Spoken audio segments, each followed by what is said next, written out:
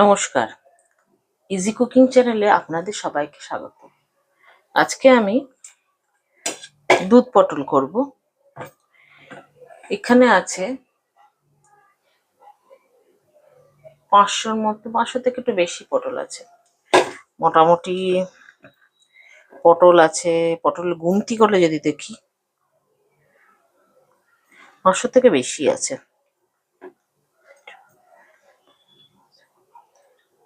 15টার মতন পটল আছে। এবার এই পটলগুলোতে আমি হলুদ মাখাবো না, শুধু নুন মাখাবো। এই কারণে হলুদ মাখাবো না আমি, যে হলুদ মাখিয়ে যদি পটলটা আমি ভাজতে দিই তো তেলটা না পুড়ে যায়, কালো হয়ে যায়। কেন, ওই তেলটাতেই তো আমি আবার পরে রান্না করব। কালো হয়ে গেলে ঝোলটা দেখতে ভালো লাগে না। আর পটলগুলোকে আমি খোসা ছাড়ানোর পর একটু একটু করে চিড়ে দিয়েছি। কোন চিড়লাম, এই যে এরকম করে চিড়ে দিয়েছি। ওদের সব কটা চেরা হয়নি। এরকম করে না চিড়ে দিচ্ছি, কয়েকটা চিড়তে আমি ভুলে গেছি। এইগুলোকে আমি একটু চিড়ে দিয়ে এগুলোকে আমি এবারে গ্যাসে দেবো। মোটামুটি এখানে দেবো 3 টেবিল স্পুনের মতন সাদা তেল দিয়ে আমি এগুলোকে ভাজতে দেবো।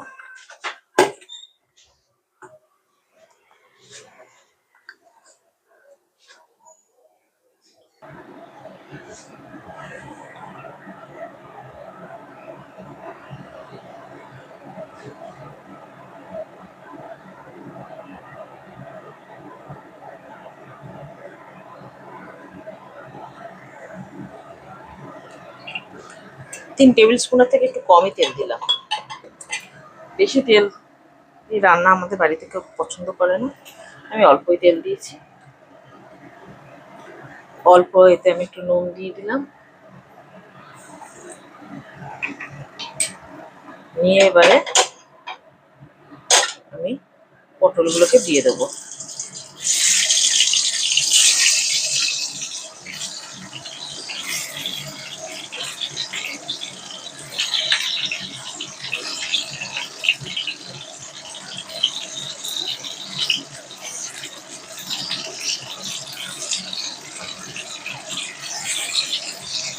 আপনারা যেরকম পটলের পরিমাণ নেবেন সব কিছু সেই অনুযায়ী নেবেন।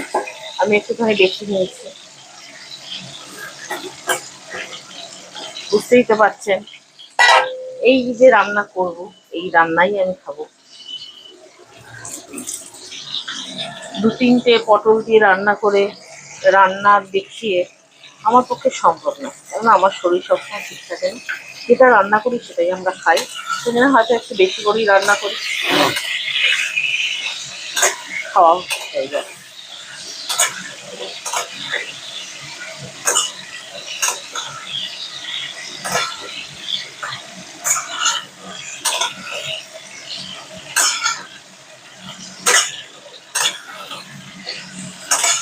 গাদা গাদা রান্না করতে পারি না, একটা দুটোই রান্না করি, একটু মুখরোচক রান্না করার চেষ্টা করি যাতে সেই দিয়ে সবাই খেয়ে নিই।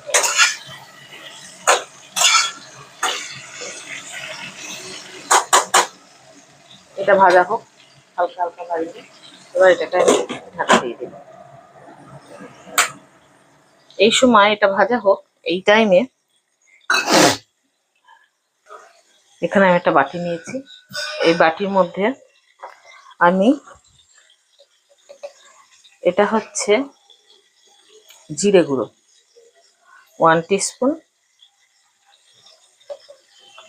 2 টিস্পুন আর হাফ টিস্পুন। এটা কিন্তু আমি আমার পটলের অনুপাতে নিচ্ছি, যাদের কম থাকে তারা কম নেবে। জিরে গুঁড়ো দিলাম। এটা হচ্ছে ধনে গুঁড়ো 1 টিস্পুন, হাফ টিস্পুন।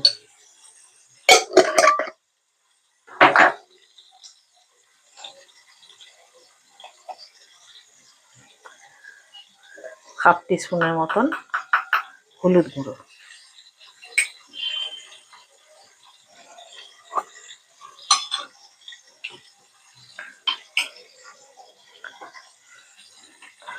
দেব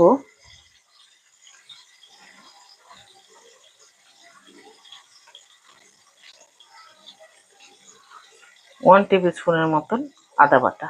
এটাতে আদা আর একটু লঙ্কা বাটা আছে।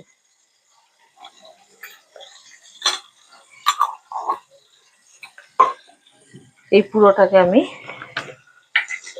জল দিয়ে একটু গুলে নেব।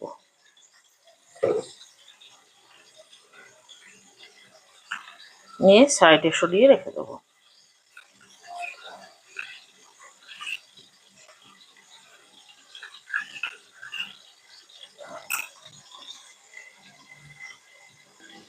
এর মধ্যেই আমি দেখব পটলটা কতটা ভাজা ভাজা হয়েছে। পটলটা কিন্তু খুব ভাজবো না, একবার লাল লাল করে না, হালকা হালকা ভেজে নেবো।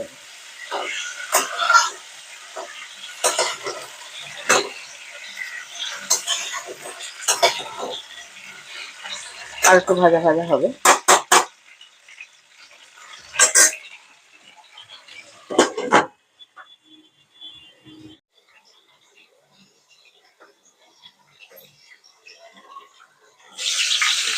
পটলগুলো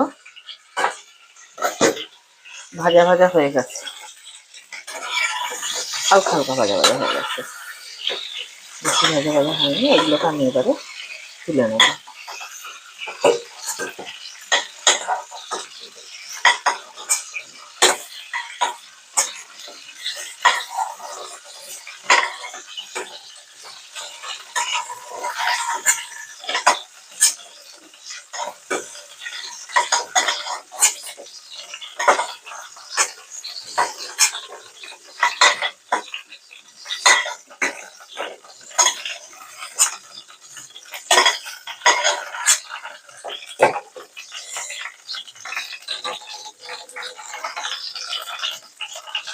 এবার এই তেলের মধ্যে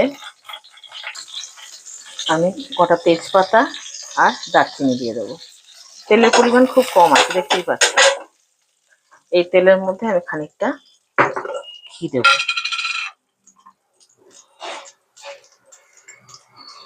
এই এটা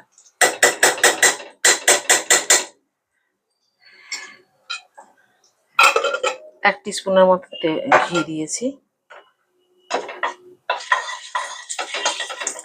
ওই তেলের মধ্যে আমি দিয়ে দেবো যে মশলাটা আমি জলে গুলে রেখেছিলাম, সেই মশলাটা।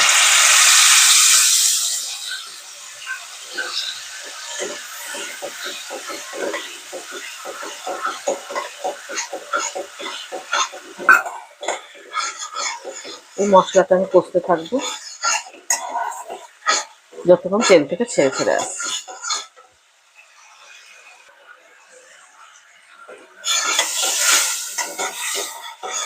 মশলাটা কষা কষা হয়ে আসছে, তেল ছাড়তে শুরু করে দিয়েছে।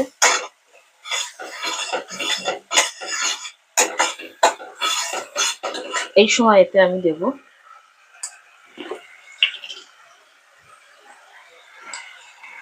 হাফ টিস্পুনের মতন দারচিনি গুঁড়ো, গরম মশলা গুঁড়ো না, শুদ্ধ দারচিনি গুঁড়ো। আমি ফোড়নও দিয়েছি শুধু দারচিনি, আর কিছু দিইনি।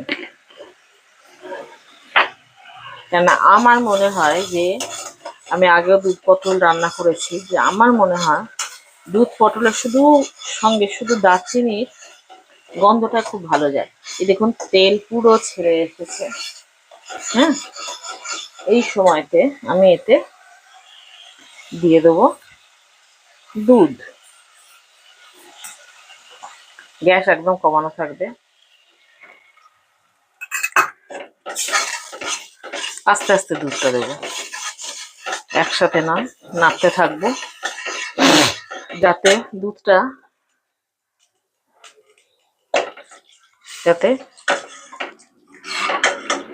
কেটে না যায়। এখনই একসাথে দুধটা দেবো না,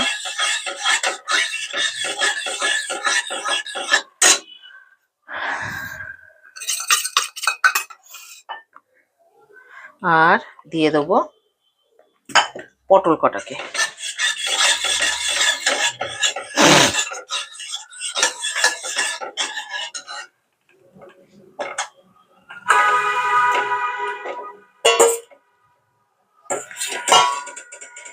এখানে আমি দুধ দিয়েছি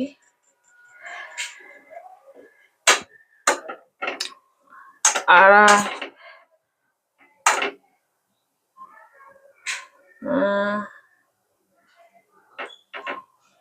150 মতন। আর একটু দুধ দেবো, এখনই দিচ্ছি না, এটা ফুটুক, ফুটে উঠলে আমি দুধটা দেবো। এটা যতক্ষণ না ফুটছে ততক্ষণ আমি দেবো না।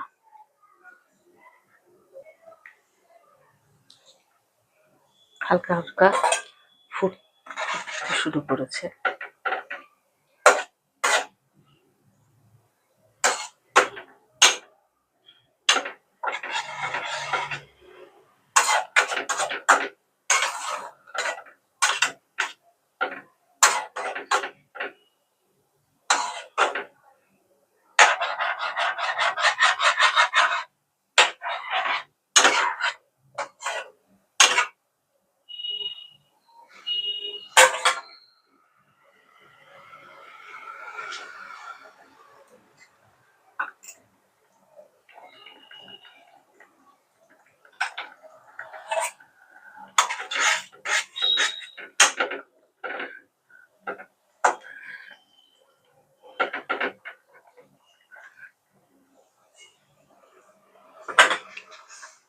আরো আমি মোটামুটি 100 ml এর মতন দুধ দিয়ে দিলাম। ঠিক আছে, মোটামুটি 300 ml এর মতন দুধ দিয়েছি। এটা এবার আমি ঢাকা দিয়ে দেবো, পটলগুলো সেদ্ধ হোক, পটলের মধ্যেও এই ফ্লেভারটা ঢুকুক। সেদ্ধ হয়ে গেলে আমি আবার আসছি।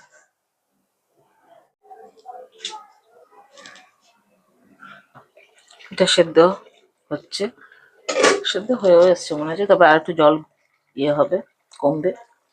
এখানে 4টে লঙ্কা দিয়ে দিলাম, আর দেব চিনি। এখানে আমি কিন্তু বেশ খানিকটা চিনি দেবো, মোটামুটি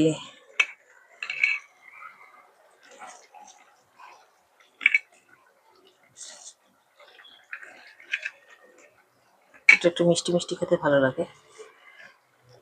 1 টিস্পুনের মতন চিনি দিয়েছি আমি। আর দেব নুন, স্বাদ মতন নুন।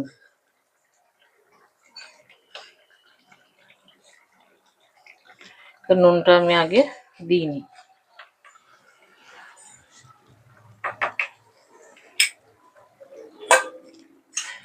একটু নেড়ে দেবো।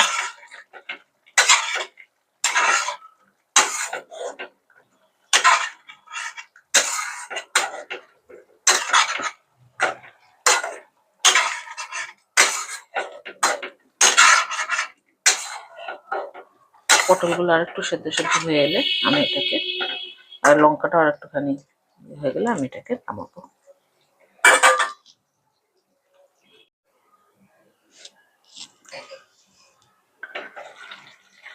তৈরি হয়ে গেল আমার দুধ পটল। উপর দিয়ে অল্প একটুখানি ঘি দিয়ে দেবো, আর এবারে গ্যাসটাকে নিভিয়ে দেবো। গ্যাসটা নিভিয়ে দিয়েছি, এবার অল্প ঘি দেবো, অল্প একটুখানি নেড়ে দেবো।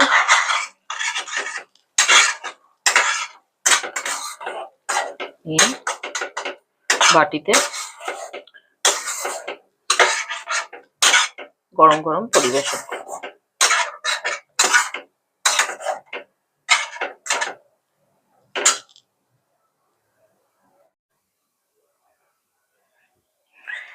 তৈরি হয়ে গেল দুধ পটল। আমি দুধ পটলটা যেরকম করে রান্না করি সেরকম করে আপনাদেরকে করে দেখালাম। আপনারা রান্না করে দেখুন। আপনাদের যদি এই পদ্ধতিতে রান্না করলে ভালো লাগে, আপনারা করে খাবেন, খেয়ে আমাকে কমেন্টে জানাবেন। নমস্কার।